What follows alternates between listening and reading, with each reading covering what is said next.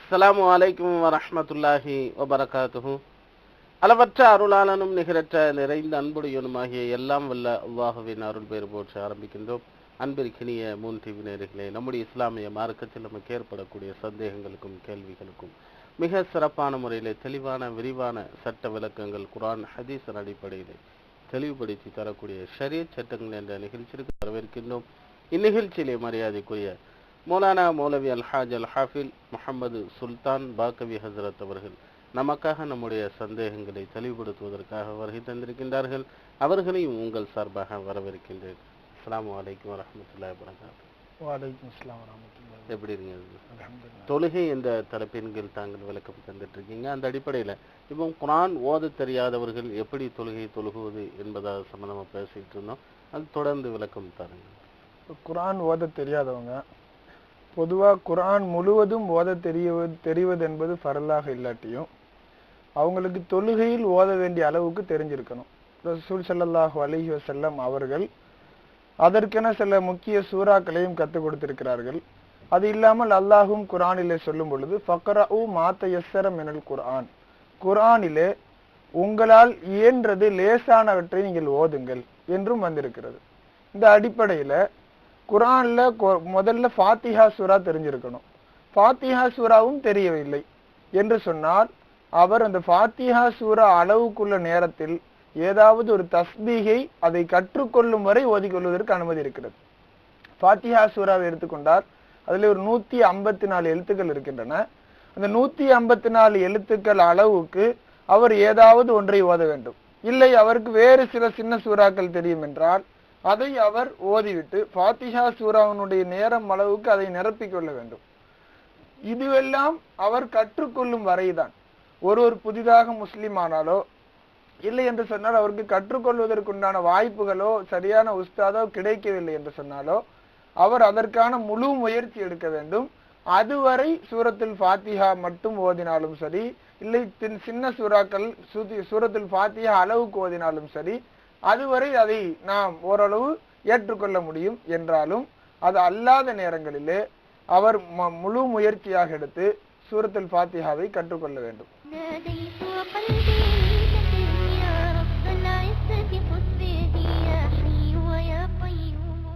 பெண்கள் மட்டும் தொழக்கூடிய இடத்துல அவர்கள் சப்தம் போடுவதற்கு எந்த பாதிப்பும் கிடையாதுங்க.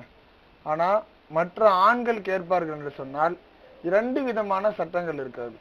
சில ஃபுகஹாக்கள் மார்க்க சட்ட வல்லுநர்கள் சொல்லும் பொழுது சௌத்துல் மர்அத்தி அவுரத்துன், பெண்ணினுடைய சப்தம் மறைக்கப்பட வேண்டியதாக இருக்கிறது என்று சொல்லியிருக்கிறார்கள். வேறு சில சொல்லின் பிரகாரம் சௌத்துல் மர்அத்தி லைஸ பி அவுரத்தின், பெண்களினுடைய சப்தம் மறைக்கப்பட்டுதான் ஆக வேண்டும் என்றில்லை.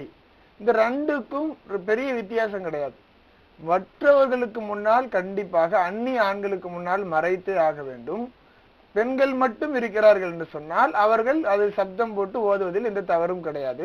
பெண்களுக்கு பெண்களே தொழு வைத்துக் கொள்வதாக இருந்தால் அதிலே அளவான சப்தம் வெளியே கேட்காத அளவுக்கு அவருடைய சப்தத்தினுடைய துணிகள் மூலமாக மற்றவர்கள் ஒரு ஆண் இது பெண்ணுடைய சப்தம் தான் என்று தெளிவாக விளங்கும் அளவிற்குண்டான ஒரு சப்தம் கேட்காத அளவுக்கு சிறு குழந்தைகள் இருக்கிறார்கள், சின்ன வயசு ஆண் பிள்ளைகள், அவர்கள் இருந்தால் பரவாயில்லை. மற்ற யாருக்கும் கேட்காத அளவுக்குத்தான் அவர்கள் சப்தமாக ஓதுவதற்கு அனுமதி இருக்கிறது. இது மட்டும் இல்லாமல் ஒரு ஆண் தொழு வைக்கிறார் என்று சொன்னால் கூட அதற்கு பின்னால் நின்று தொழக்கூடிய பெண்கள் கூட சுப்ஹானல்லாஹ் என்றோ மற்ற வார்த்தைகளோ சொல்வதற்கு மார்க்கம் அனுமதிக்கவில்லை. மாறாக கைத்தட்டத்தான் சொல்லியிருக்கிறது. இதிலிருந்து என்ன தெரிகிறது என்றால் ஒரு பெரிய வயது வந்த ஆண்களுக்கு முன்னால் அந்நியராக இருக்கும் பட்சத்திலே அவர்கள் சப்தம் போட்டு ஓதுவதற்கு அனுமதி கிடையாது. சப்தமாக ஓதி குர்ஆன் தொழு வைப்பதற்கு அனுமதி கிடையாது. அது மட்டும் இல்லாமல் ஒரு பெண் ஒரு ஆணுக்கு தொழு வைப்பது என்பது எந்த காலத்திலையும் முடியாது. அந்த அடிப்படையில ஒரு ஆண் பின்னாடி நின்று ஒரு பெண் தொழுகை இமாமத்து செய்வது என்பதே கூடாது. அது அல்லாமல் இவர்கள் தனியாக பெண்களுக்கு மட்டும் தொழு வைத்துக் கொள்கிறார்கள் என்றால் இந்த நடைமுறையை பேணி இந்த வரைமுறைக்கு உட்பட்டு அவர்கள் தொழுது கொள்ள வேண்டும்.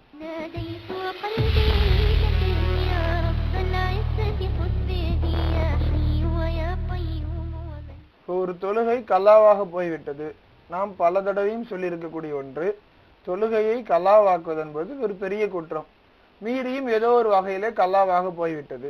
அவர்கள் என்ன செய்ய வேண்டும்? அந்த தொழுகையை தொழுதுவிட்டு தான் மற்ற பரலை தொழ வேண்டும் என்று சொன்னால் இதுல ஒரு விரிவான ஒரு விளக்கம் தேவைப்படுது. இப்போ ஒருவர் ஒரு ஜமாத்துக்கு போயிட்டு இருக்கிறார், அதாவது அசரனுடைய ஜமாத். இவருக்கு ஏதோ சஃபரின் காரணத்தினாலோ தண்ணீர் கிடைக்காதன் காரணத்தினாலோ ஏதோ ஒரு பிரச்சனையின் காரணத்தினால் அவருக்கு லொஹர் தொழுகை விடுபட்டு போயிடுச்சு. இப்ப இவர் நேரடியாக ஒரு பெரிய பள்ளிவாசல்ல ஜமாத்தை அணுகிறார் என்று சொன்னால் அந்த ஜமாத்திலே சேர்ந்து கொண்டு அந்த அசரை தொழுது கொள்ளலாம். தொழுது விட்டு அவர் ஷாஃபியாக இருக்கும் பட்சத்துல பின்னால் அதை அந்த லொஹரை மீட்டிக் கொள்ள வேண்டும், கல்லா செய்து கொள்ள வேண்டும். இல்லை என்று சொன்னால் அசருக்கு பிறகு எந்த தொழுகையும் கிடையாது.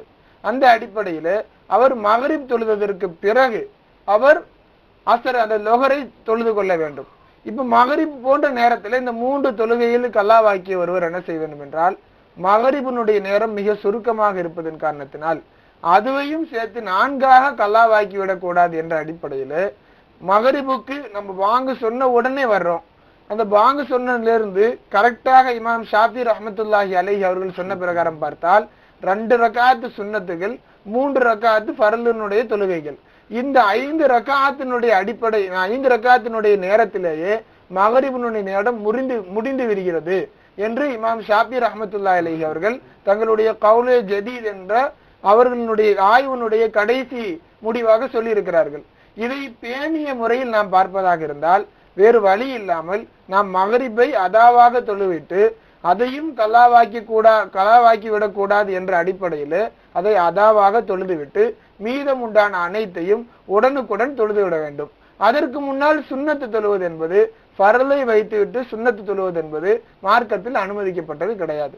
இது போன்று மற்ற தொழுகைகளாக இருந்தால் இப்போ ஒருத்தருக்கு சுபு கல்லாவ போச்சு, லொஹர்னுடைய நேரத்தில் இருக்கிறாரு, அவர் அந்த லொஹர் தொழுகையை தொழுவதற்கு முன்னால் சுபுகையை தொழுது விட்டு தான் லொஹர் தொழ வேண்டும். இமாம் நவவி ரஹ்மத்துல்லாஹி அவர்கள் சொன்ன அந்த சட்டத்தை நாம் பலமுறை சொல்லி இருக்கிறோம். அந்த அடிப்படையில பார்த்தால் சுன்னத்து நஃபில் என்று இருக்கக்கூடிய நேரத்தில் கலாவான ஒரு ஃபர்ல் இருந்தால் அந்த கலாவான ஃபர்லை தான் முற்படுத்த வேண்டும். எல்லா தேவைகளுக்கும் போக முக்கியமான நேரங்கள் அத்தியாவசியமான தேவைகள் போக மீதி நேரத்திலே கலாவை முடிந்தவரை நாம் முன்கூட்டியே நாம் நிறைவேற்றி விட வேண்டும். அல்லாஹ் தஆலா அதற்கு தௌஃபீக் செய்வாங்க.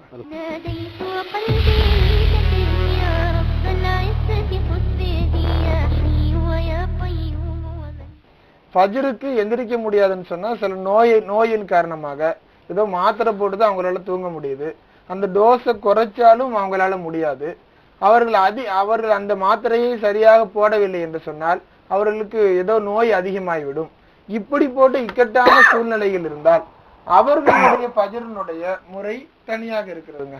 அதாவது அவங்களால எந்திரிக்கவே முடியாது, ஒரு இயலாத மனிதர்கள் என்ற அடிப்படையில். இல்லை என்று சொன்னால் நாம் பல முறையும் சொல்லியிருக்கிறோம், ஒருவருக்கு இஷா தொழுததற்கு பிறகு அவர் எந்த நேரம் வரை முழித்திருந்தால் அவரால் சுபுகு தொழுகையை கலாவில்லாமல் எடுக்க முடியுமோ அந்த அளவுக்கு அவர் விழித்திருப்பதற்கு மட்டும்தான் மார்க்கத்தில் அனுமதி இருக்கிறது.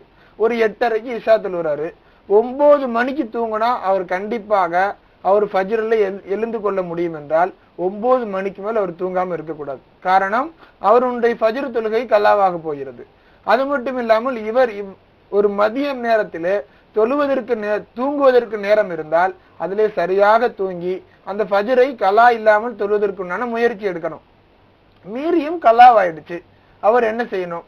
அவர் இமாம் அபு ஹனீஃபா ரஹ்மத்துல்லாஹி அலைஹி அவர்களுடைய ஆய்வை பின்பற்றக்கூடியவராக இருந்தால் ரசூல் ஸல்லல்லாஹு அலைஹி வஸல்லம் அவர்கள் ஒரு போரிலே ஒரு தொழுகை சுபுஹனுடைய தொழுகை அனைவருக்கும் அசக்தியின் காரணத்தினாலே அதிகமாக போர் செய்ததின் காரணத்தினாலே கல்லாவாகிவிட்ட நேரத்திலே கொஞ்ச நேரம் தாமதித்து அந்த இடத்திலே முசீபத் இருக்கிறது என்பதற்காக அந்த இடத்தை விட்டு பயணப்பட்டு வேறொரு இடத்திற்கு சென்று அதற்கு பிறகு தொழுதார்கள்.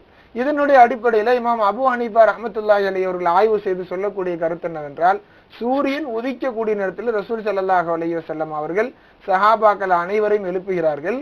அந்த நேரத்திலே எல்லோருக்கும் தொழுகை கல்லாவாகிவிட்டது.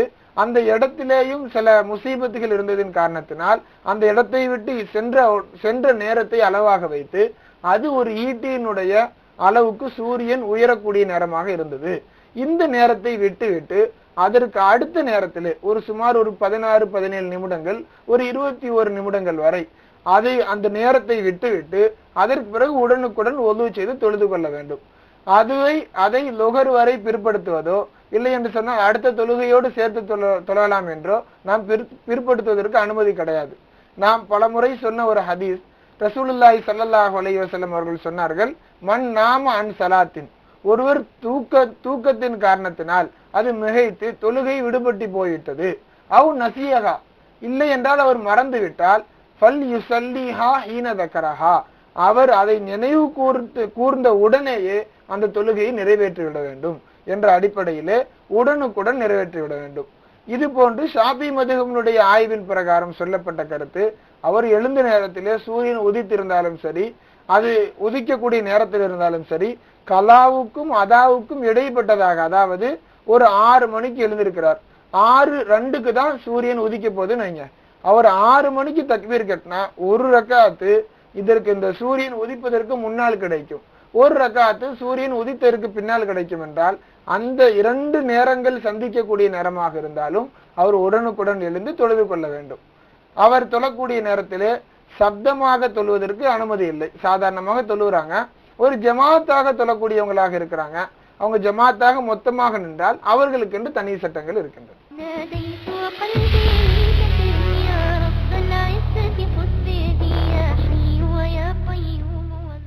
பராத் இரவிலே தஸ்பீஹ் தொழுகை வைக்கிறாங்க, அதற்கு பிறகு வித்ரு தொழுகையை தான் நம்ம கடைசியாக ஆக்கணும்னு இருக்குது.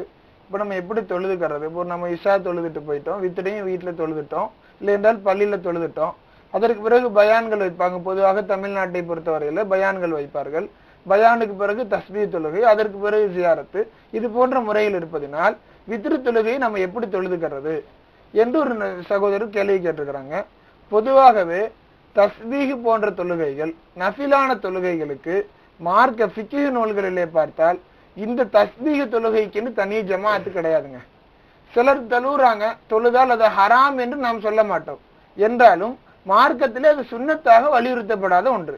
நம்ம தஸ்பீஹ் தொழுகையை ரசூல் ஸல்லல்லாஹு அலைஹி வஸல்லம் அவர்களுடைய சிறிய தந்தை அப்பாஸ் ரலியல்லாஹு அன்ஹு அவர்களுக்கு கற்றுக் கொடுக்கிறார்கள். இந்த அடிப்படையில பராத்தினுடைய இரவுக்கென்று தனி தொழுகை இல்லாததின் காரணத்தினால் பல ஃபுகஹாக்கள் மார்க்க அறிஞர்களும் தஸ்பீஹ் தொழுகையை தனித்தனியாக தொழுது கொள்வது சிறந்ததாக இருக்கிறது. காரணம், அன்றைய நாளிலே நம்முடைய அமல்கள் எல்லாம் அல்லாஹ்விடத்தில் எடுத்து காட்டப்படுகிறது. ரசூல் ஸல்லல்லாஹு அலைஹி வஸல்லம் அமல்கள் எடுத்து காட்டப்படக்கூடிய அந்த நாளிலே நான் நோன்பு நோற்றவனாக இருக்க வேண்டும் என்று ஆசைப்பட்டார்கள்.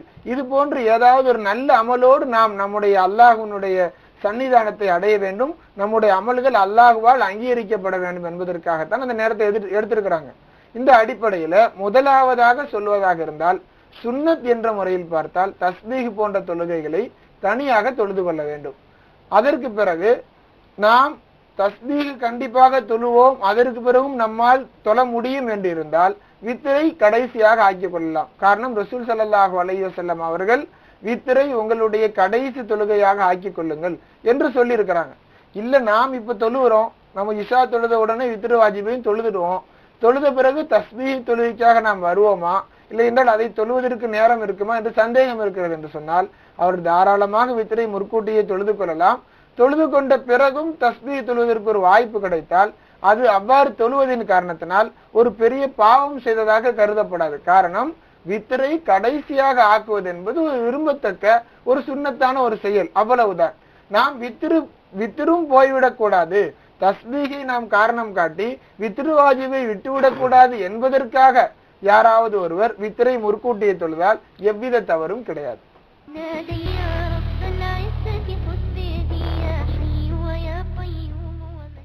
அல்லாஹ் தஆலா குர்ஆன்ல சொல்லும் பொழுது வஸ்தஈனு பிஸ்ஸப்ரி வஸ்ஸலா, தொழுகையை கொண்டும் பொறுமையை கொண்டும் அல்லாஹ்விடத்திலே உதவி தேடுங்கள். பொதுவாகவே மற்ற விஷயங்களை கொண்டு உதவி தேடுவதில் இஸ்லாமிய அறிஞர்கள் மத்தியிலேயே சில ஒரு மாற்று கருத்துகளும் கருத்து வேறுபாடுகளும் இருந்தாலும் தொழுகையை கொண்டு அல்லாஹ்விடத்தில் உதவி தேடுவதில் எல்லோரும் ஏகோபித்து கருத்து சொல்றாங்க. அல்லாஹ் தஆலா குர்ஆன்ல சொல்லும் பொழுது ஒபுதஹு இலைஹி அல் வசீலத, அல்லாஹ்வின் பக்கம் அல்லாஹுக்கும் உங்களுக்கும் மத்தியிலே ஒரு இடை சாதனங்களை வைத்துக் கொள்ளுங்கள். இடை சாதனம் என்றால் அல்லாஹ்வின் பக்கம் உங்களை சேர்க்கக்கூடிய சில காரியங்களை வைத்துக் கொள்ளுங்கள். அதுல ரொம்ப முக்கியமாக இருப்பது தொழுகை தான். காரணம் அல்லாஹுவோடு தொழக்கூடியவன் பேசக்கூடியவனாக இருக்கிறான். அல்லாஹு தாலாவுடைய அரிசினுடைய அல்லாஹ்வுடைய காலுக்கு கீழாக சஜதா செய்யக்கூடியவனுடைய தலை இருக்கிறது என்பதாக எல்லாம் ரசூல் ஸல்லல்லாஹு அலைஹி வஸல்லம் சொல்லியிருக்கிறாங்க. இந்த அடிப்படையில ஒரு தேவை நிறைவேற வேண்டும் என்று சொன்னால் அதுக்கு சிறந்த வழி தொழுகையை கொண்டு நிறைவேறுவது. ஒரு இறைநேசர் அவர் வண்டியில ஒரு குதிரையில போறாங்க. போகும் பொழுது அந்த குதிரை கொஞ்சம் முரண்டு பிடிக்குது. அப்போ உடனே அவங்க இறங்கி 2 ரக்காத் தொழுதுட்டு திருப்பி ஏறுறாங்க. குதிரை சரியாயிடுச்சு. அப்போ கேட்டாங்க, என்ன விஷயம், இந்த ஒரு புதிய விதமா நீங்க செய்றீங்களே? இப்ப அவங்க சொன்னாங்க, அல்லாஹ் தஆலா எந்த ஒரு காரியத்தையும் நம்முடைய சில தவறின் காரணம் அல்லாம தரமாட்டான். இப்ப இந்த மாதிரி எனக்கு குதிரை முரண்டு பிடிக்கிறது என்று சொன்னால் அல்லாஹ் தாலாவோடு நான் கொண்டிருக்கக்கூடிய ஏதோ விதமான ஒரு நெருடலின் காரணத்தினாலதான் இருக்கும். அதை நான் சரி செய்வதற்கு தான் நான் தொழுதேன்னாங்க. இந்த அடிப்படையெல்லாம் பார்க்கும் பொழுது ஹாஜத் நஃபிலுங்கிறது எல்லா நேரத்திலையும் தொழலாம். அதற்கென்று ஒரு குறிப்பிட்ட நேரம் என்பது கிடையாது. குறிப்பிட்ட ரக்காத்துகள் முடிக்க வேண்டும் என்றும் கிடையாது. 2 தொழுவது என்பது சிறந்ததாக இருக்கிறது. ஆனால் ஹாஜத் நஃபிலுக்காக நாம் தேர்ந்தெடுக்கக்கூடிய நேரங்கள் ஹராமான மக்ரூஹு தஹரீம் என்று சொல்லப்படக்கூடிய 5 நேரங்கள்ல இருக்கக்கூடாது. சாதாரணமா சுபுஹ் தொழுகைக்கு பின்னாடி சூரியன் உதிக்கும் வரை, சூரியன் உதித்ததிலிருந்து ஒரு ஈட்டியின் அளவு வரும் வரை, சூரியனுடைய உச்சியில சூரியன் இருக்கக்கூடிய நேரத்துல, அசர் தொழுகைக்கு பிறகு, இவ்வாறு மார்க்கம் தடுத்திருக்கக்கூடிய நேரம் அல்லாத மற்ற நேரத்திலே தாராளமாக நாம் தொழலாம். அதற்கென்று நாம் அல்லாஹ் தஆலாவிடத்திலே தனி அந்தஸ்தையும் பெறுவோம். எந்த காரியத்திற்கும் அவ்வாறு செய்வது சிறந்த ஒரு நல்ல காரியமாகவும் இருக்கிறது.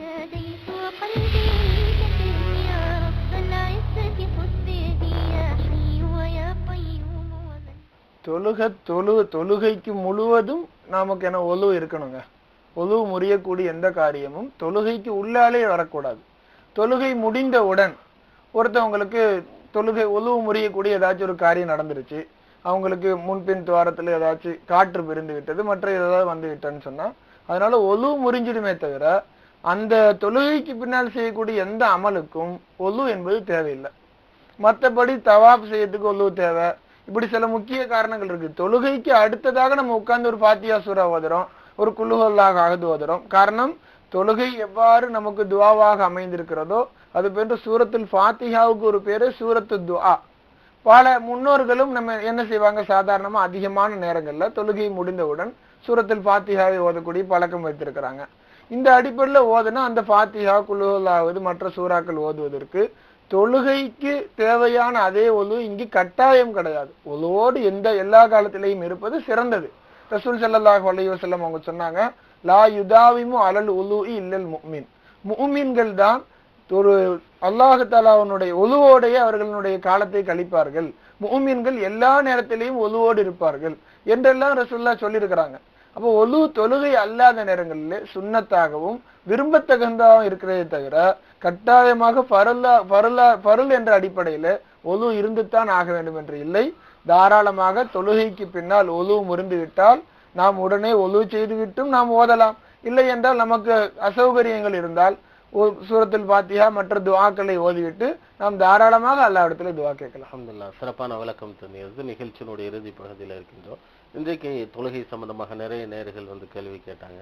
அவர்களுக்கு மட்டுமல்லாமல் எல்லா நேயர்களுக்கும் ரொம்ப பயனுள்ளதா இருந்திருக்கும் நினைக்கிறேன். இன்ஷா அல்லாஹ் அடுத்த ஒரு நிகழ்வுல சந்திப்போம். ஜஸாக்குமுல்லாஹ் ஹைரா. அல்ஹம்துலில்லாஹ், அன்பான நேயர்களே, ஹஸரத் அவர்கள் நம்முடைய கேள்விகளுக்கு மிக சிறப்பான முறையிலே தெளிவான விரிவான சட்ட விளக்கங்கள் தொழுகை சம்பந்தமாக நமக்கு தெளிவுபடுத்தி தந்திருக்கின்றார்கள். அந்த விளக்கங்களை முறையாக புரிந்து கொண்டு நம்முடைய வாழ்க்கையில் ஏற்படக்கூடிய தவறுகளை களைந்துவிட்டு வல்லோன் அல்லாஹ்விடத்தில் இறையச்சம் உள்ளவர்களாக வாழ வல்ல ரஹ்மான் தௌஃபீக் செய்வானாக என்ற துஆவோடு இன்ஷா அல்லாஹ் அடுத்த ஒரு நிகழ்விலே தங்களை சந்திக்கின்ற வரை காத்திருப்போம். அஸ்ஸலாமு அலைக்கும் வரஹ்மத்துல்லாஹி வபரகாத்துஹு.